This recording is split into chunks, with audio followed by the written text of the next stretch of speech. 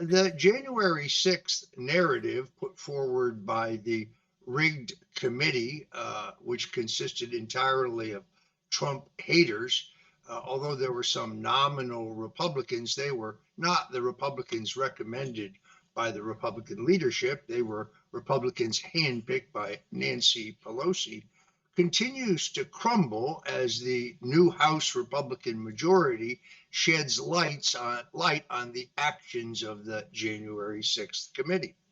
One of the major questions at hand is whether or not President Donald Trump offered National Guard troops to DC Mayor Bowser and essentially Speaker Nancy Pelosi. It appears that Liz Cheney has worked to conceal proof that that is exactly the case. Now, when you, among others, challenged her on this, she said Kash Patel is not a credible source. I would say Liz Cheney is not a credible source. So break this down for us because you were there and I know you've got the receipts. What actually happened in terms of the National Guard that day? Yeah, what we've just exposed, Roger, is basically the Nunes memo on January 6th. When I wrote that memo exposing the FBI corruption and that they withheld evidence of innocence against those targeted, the same thing Liz Cheney and the January 6th committee did, the same operation, and they've been caught. Look, as chief of staff at DOD during and before January 6th, we were in the Oval Office with President Trump and the SecDef and the chief of staff for the President of the United States, along with the chairman. And he made it abundantly clear, he the president, that I am authorizing 10,000+ National Guardsmen and women. We then dispatched senior DOD officials to Mayor Bowser's office and to the Capitol Police and Nancy Pelosi because they are in charge of the District of Columbia. If it was Missouri, I would have dispatched them to the governor's office of Missouri. That's how the National Guard works.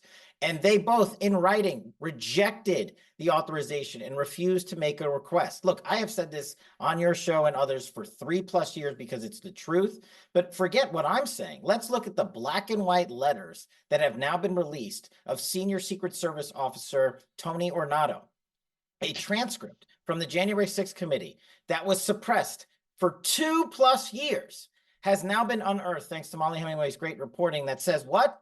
Donald Trump did, in fact, authorize 10,000+ National Guard men and women before January 6th, and Bowser and Pelosi and the Capitol Police did, in fact, reject it in writing.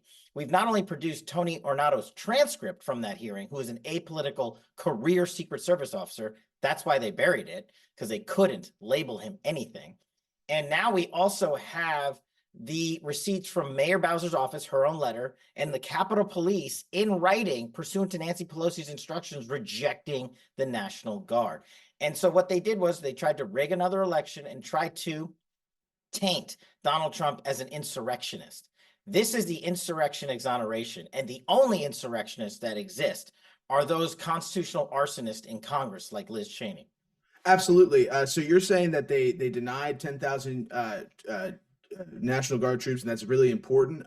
Is there anything else that you could highlight that would also point towards them trying to make this a political scene? Because what you're saying, they really tried to make this an event where they could use it in the media to kind of craft a narrative. Were there other things that they did that you're aware of that kind of lead to that fact? Yeah, look, this was their critical narrative. Donald Trump, they wanted him labeled as an insurrectionist, not just in the courts of law, which is now failing, but in the court of public opinion, so they could hijack another election. We have just gutted, with the testimony of a career officer, their critical piece of disinformation, calling Donald Trump an insurrectionist. And look, put aside all of what we've discussed. Here's the most probably crucial piece of evidence that no one is talking about when it comes to this.